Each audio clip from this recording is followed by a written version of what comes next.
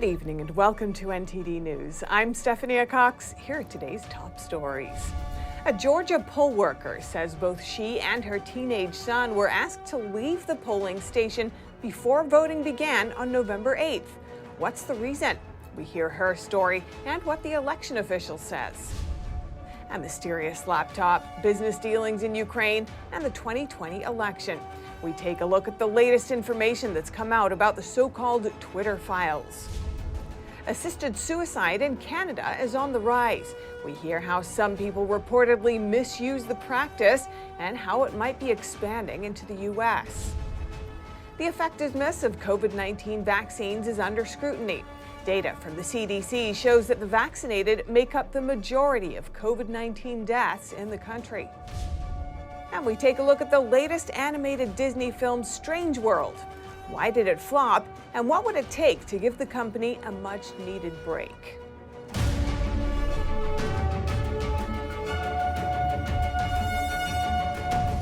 A Georgia mom says she was fired from her poll worker job because of her conservative political beliefs. NTD's Arlene Richards has that story. At 6:45 approximately, the poll manager came up to me and he was rather nervous. And he said to me, "You need to leave immediately." And then he said, "And so does your son." A mother-son bonding event turned into an ordeal that Georgia mom Laura Cronin is still processing. Cronin and her 17-year-old son volunteered to serve as poll workers for the 2022 midterm elections. She said it was supposed to be a learning experience for her homeschooled son. The manager told her an election official wanted her to leave. Nadine Williams, who is the interim director of elections, and she said to him, she posted something on Twitter this morning, and that's why she has to leave. What do you think is the reason for this? In my opinion, they don't want conservatives to be a part of these elections. They want to keep them as far away as possible. Cronin did make a post that morning before she entered the facility. All I said was, "Good morning. My son and I are just arrived at our polling location in Fulton County to help ensure a free and fair election. So what's wrong with that?" She said something odd happened during a Zoom meeting 2 days before the election. There was a lot of chanting. Everyone seemed to know each other. Cronin recorded the rally and said she also heard this. "We're going to make history on Tuesday." They also said they can't stop us now, and we're taking it to the wall, and this is our final push. So I wrote in the chat box of the Zoom call saying, "What kind of history are we making in Georgia?" Cronin said Williams' response was this. "The history that we're making is voter turnout. Just so you know, someone wrote it in the chat box, and I'm telling you, it's voter turnout." WSB-TV2 posted a statement from Fulton County officials in a November 8 report. The officials stated that a poll worker contacted Fulton County Registration and Elections to raise concerns about comments made by another poll worker during a virtual poll worker event. Cronin doesn't believe a poll worker raised concern. So it was Nadine Williams. They gave a whole story to the press that someone of my peers was concerned about something on a poll, pep rally poll thing, and then it was brought to her attention and all that. Those are all lies. It was her that sought me out because my son and I clearly were not one of them. The elections office also said in the statement that the Secretary of State contacted them with additional concerns. But according to a November 30 Epoch Times report, a spokesperson for the Secretary of State's office told the news outlet concerns were expressed by Fulton County, not by our office. NTD reached out to Williams and asked for more information on why Cronin had to leave the polling place. We're still waiting for an answer. Arlene Richards, NTD News, New York.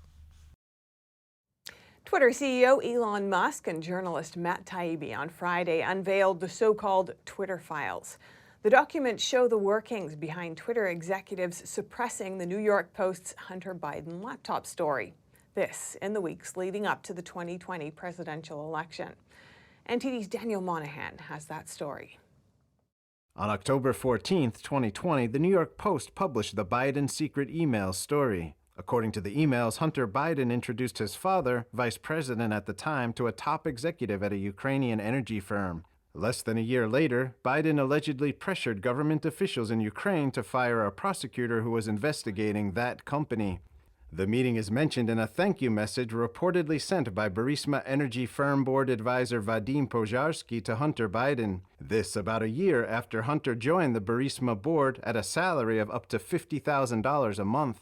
Other material from the laptop includes a video that appears to show Hunter smoking crack cocaine and sexually explicit images and video. Taibbi published the so-called Twitter files in a thread on his Twitter account. The tweets contained communications among Twitter employees on how to excuse their decision to censor the Hunter Biden report. One email dated October 24, 2020 appears to show a Twitter executive sharing a list of 5 tweets allegedly identified by people from the Biden campaign. Taibbi wrote, by 2020, requests from connected parties to delete tweets were routine. One executive would write to another, more to review from the Biden team. The reply would come back, handled. Internet entrepreneur Kim.com asked Elon Musk about the matter in a live Twitter Space chat. One file that was released, it was even called the Biden team contacting Twitter. I mean, that is election interference, isn't it? If Twitter is doing one team's bidding before an election, shutting down dissenting voices on a pivotal election, that is the very definition of election interference. To suppress the Hunter Biden report, Twitter executives marked it as unsafe, limiting its spread, and blocked it from being directly shared via the platform's direct message function. Taibbi noted that such extreme restrictions were reserved for content such as child pornography. Messages between Twitter executives show some confusion, with one executive writing, quote, "I'm struggling to understand the policy basis for marking this as unsafe." Frankly, Twitter was acting like an arm of the Democratic National Committee. It was absurd. For sharing the Biden laptop report, then White House Press Secretary Kayleigh McEnany was locked out of her account. Musk commented on the media's response to the Twitter files. Well, they're trying to turn it into a nothing burger because they were complicit in deceiving the American public. Representative James Comer says the Twitter staff involved will face questioning. Here's Comer on Fox News. Every employee at Twitter who was involved in suppressing the Hunter Biden laptop story will have an opportunity to come before Congress and explain their actions to the American people. Musk wrote he had also seen a lot of concerning tweets about the recent Brazil election. He wrote, if those tweets are accurate, it's possible that Twitter personnel gave preference to left-wing candidates. Meanwhile, Donald Trump reacted to the Twitter files, saying, a massive fraud of this type and magnitude allows for the termination of all rules, regulations, and articles, even those found in the Constitution. Musk said a second episode of the Twitter files would be released soon. Daniel Monahan, NTD News. Canada's laws on assisted suicide are changing, and the number of people making use of the practice is on the rise. A state senator from Montana tells us the practice is also making its way into the U.S. In 2015, Canada's Supreme Court struck down the country's law banning assisted suicide. The court gave Parliament 12 months to write a new law. Patients would have to be adults, and they would have to be suffering from an incurable medical condition or one that causes intolerable suffering. The law went into effect in June 2016. Rupa Subramanya, an Ottawa-based reporter, says not all people who make use of the law are actually sick. There are people literally applying for MAID in Canada because they can't afford, they face a financial shortfall of $200 a month. The people are just gravitating to MAID as an option to get out of their circumstances. She says the law's provisions might be expanding. So now under Track 2 MAID, people who are eligible for MAID whose death can't be shown to be foreseeable, but they're suffering from, say, an incurable disability or illness which causes their life to be intolerable. Say you're type 2 diabetes and you just do not want to keep taking insulin shots anymore, and that's intolerable. And they believe that their condition cannot be relieved under any other with any other treatment that they find acceptable. So they become eligible for Track 2 MAID. She added that the government is planning to expand the law even further. Now what's happening now is that next year, March of 2023, it's going to be further expanded where mental illness becomes the sole underlying condition for medical assistance in dying. The practice of assisted suicide may be rising in the future, not only in Canada, but also here in the U.S. We spoke with Montana State Senator Carl Glimm, who has sponsored 2 unsuccessful bills to clarify an existing state law to outlaw assisted suicide. Right now, he says, some people in the state are using a legal loophole. I can give you an example of someone who relatives decide that they want their elderly relative to, if they go down the wrong path of pushing this in a direction that is not moral. So let's say that they stand to get a large inheritance, and they would like it sooner rather than later. So they conspire with the doctor, and they are able to have their elderly relative, go through this assisted suicide process. You can watch the full episode with the entire interview on The Nation Speaks at ntd.com. Does the COVID-19 vaccine actually prevent severe illness and death, as health authorities say? New data from the CDC shows that vaccinated people now make up the majority of COVID-19 deaths. Data from the CDC showed that vaccinated and boosted people made up most of the COVID-19 deaths in August. There were a total of 6,512 COVID-19 deaths recorded in August this year, and 58.6% of them were attributed to vaccinated or boosted people. Vaccinated people appear to account for increasing numbers of COVID deaths over the course of the year. Back in January, vaccinated and boosted individuals made up just 41% of the COVID deaths. But by April, CDC data shows that vaccinated people made up over half the deaths, and that they continued to make up over 50% in the following months. Cynthia Cox, the vice president of the Kaiser Family Foundation, told the Washington Post, "We can no longer say this is a pandemic of the unvaccinated." Cox said she believes 3 reasons may explain why the vaccinated are now making up the majority of COVID deaths. 1 is that the majority of Americans have been vaccinated. 2 is that the elderly, who have the greatest risk of dying from COVID, are also more likely to get vaccinated. And 3 is that the potency of the vaccine will wane over time. Internist and cardiologist Dr. Peter McCullough also reacted to the data. He told the Epoch Times, "It certainly can't be a situation where we blame the unvaccinated for COVID deaths. And we certainly wouldn't conclude that the vaccines made any impact on us, as the majority of deaths happened during the era of vaccinations." In 2021, when vaccines were being rolled out, there were more than 463,000 COVID-19 deaths. By June of 2021, around half of the U.S. population had received their first dose, and 44% were fully vaccinated. But there was little difference in COVID-19 deaths between the first half of 2021 and the second half. Reporting by Allison Lee, NTD News. And turning to Disney, reviewers are asking why the animated kids film Strange World flopped at the box office over the holiday weekend. Is it the content, promotions, or lack thereof, or something else? I spoke about that and more with AJ Rice, the author of a recently released book called The Woking Dead. AJ Rice, welcome to our show. Thanks so much for joining us. Fantastic being here. Really great to see you, talk to this audience. Now, Disney's Strange World tanked at the box office. It has the company's first main character to be cast as openly gay. Some say the movie's just not very entertaining. Others say it forgot its audience. What's your take? Absolutely. I mean, Strange World had a strange audience. Didn't exist. So, look, the old CEO of Disney was just removed, Bob Chapek. And he's been making some weird decisions since the former CEO, gone in the past and now back, Robert Iger, has returned, I guess, with the fire trucks, right, to put the burning building out. Strange World, they were promoting it as, having the same-sex, I guess a gay character or a lesbian character. But this isn't the first time they've tried this. Earlier this year, they put out their last flop, which was Lightyear, which was sort of a spin-off of the Toy Story Buzz Lightyear movie, right?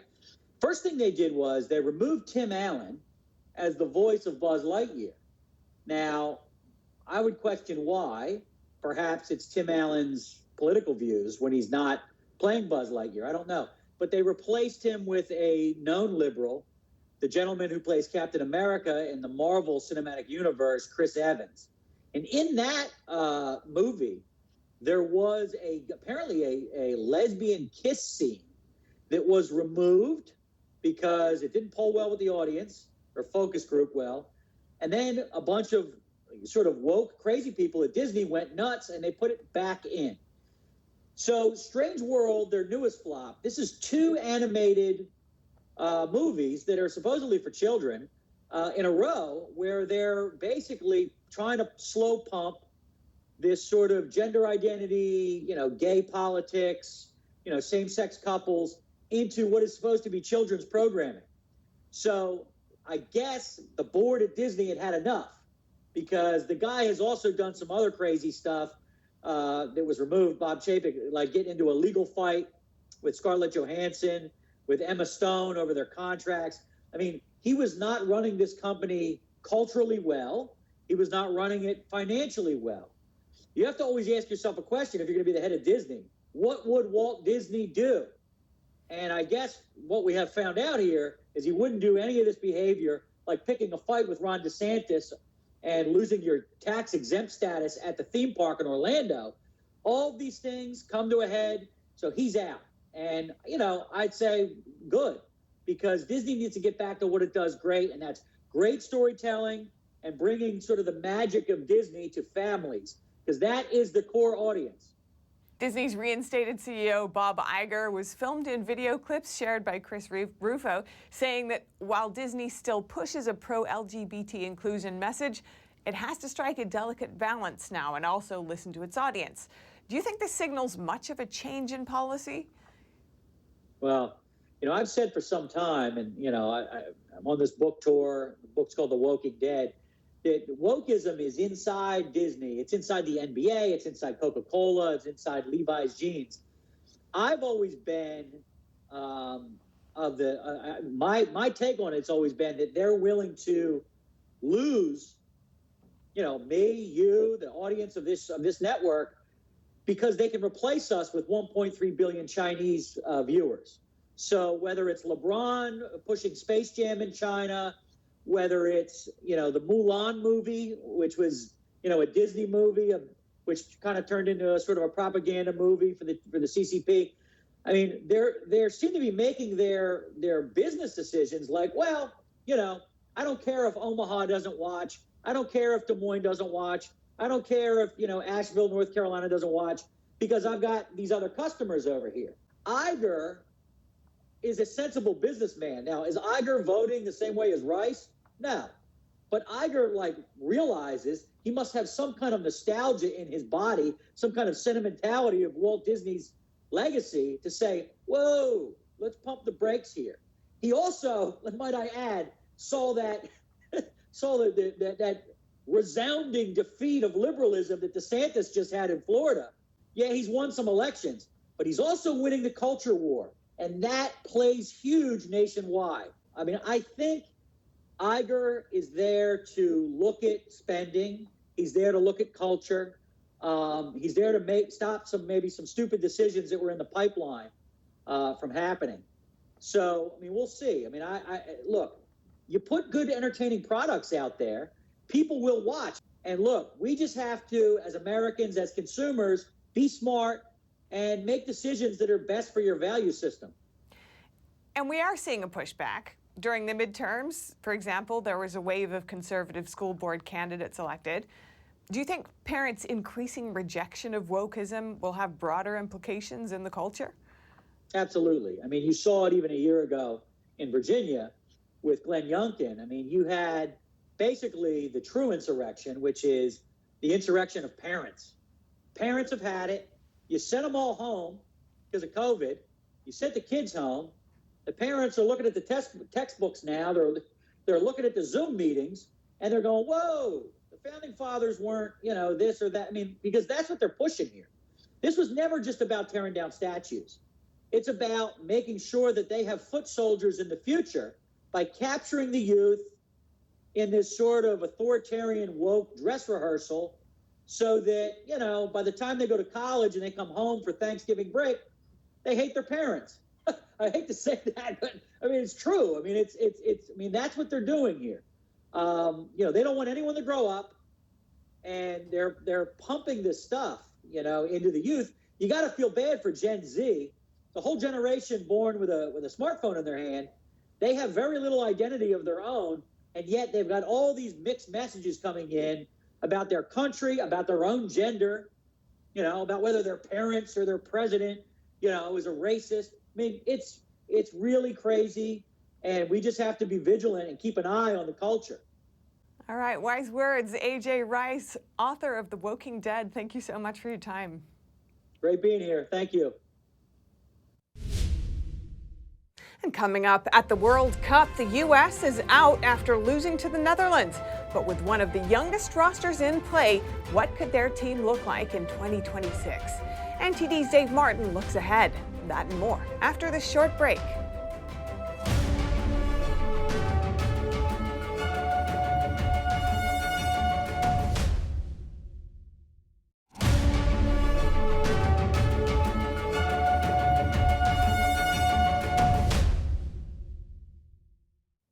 And now over to sports news. Here's NTD's Dave Martin with today's top stories. Thank you, Steph. The U.S. was eliminated by the Netherlands Saturday at the World Cup, but that wasn't altogether surprising. The team has just one all-time win in the knockout rounds, and once this team fell behind by a pair of first-half goals, it spelled disaster. That second goal right before the stroke of halftime, that was a killer. That was an absolute backbreaker. I just didn't see any kind of way going back after that. I bet a lot of America kind of gave up and turned the game off on that. Paul Banks, who wrote Transatlantic Passage, which details how the English Premier League became popular in America, saw a constant problem with this year's team. Their star players were, although not injured, not entirely match fit, like not 90 minutes match fit, and that really shows up in the second half. Banks was referring to nagging injuries for Weston McKennie and Josh Sargent. But even with those healthy, he sees a bigger hole that the team will have to address if they're going to go farther in 4 years. They don't have a true center forward. And we saw, Jesus Ferreira get the start today. He hadn't played a minute in the group stage. Greg Berhalter 3 times has altered, he's gone with 3 different starting center forwards because he doesn't have an answer. But ultimately, Banks points to the fact that the U.S. fielded the second youngest team in Qatar and one that was not reliant on MLS players as positives for the future. He also points to our strong midfield play, tough defense, and young stars like Christian Pulisic as signs for a better run in 2026. Yet questions remain about this year's team. I'd like to find out what's really going on with Gio Reyna. If that, why? Is he really hurt? Is he not hurt? I don't know. Reyna made just one appearance in Qatar as a sub against England as whispers remained about his health. Ultimately, that comes down to the coach to answer, Greg Berhalter, who Banks couldn't really find fault with. If he's legitimately hurt and that's why he's not on there, then I can't really complain too much about the decisions that Berhalter made. I think he did go with the best lineup he had. While the knockout round continues in Qatar, the U.S.'s next match will be in 2026 when America hosts the World Cup. And for your sports viewing schedule this evening, the NBA has an 8-game schedule featuring a rematch of last year's Western Conference semifinals between the Phoenix Suns and Dallas Mavericks. And in hockey, the NHL has 6 games on tap for tonight, including a matchup between 2 of the best records in the league as the Boston Bruins host the Vegas Golden Knights. And finally, for you NFL fans, Tom Brady and the Tampa Bay Buccaneers take on the New Orleans Saints on Monday Night Football. And that's it for sports. Back to you, Steph. Thanks, Dave. And that's all for today's news. Thanks for tuning in. I'm Stephanie Cox.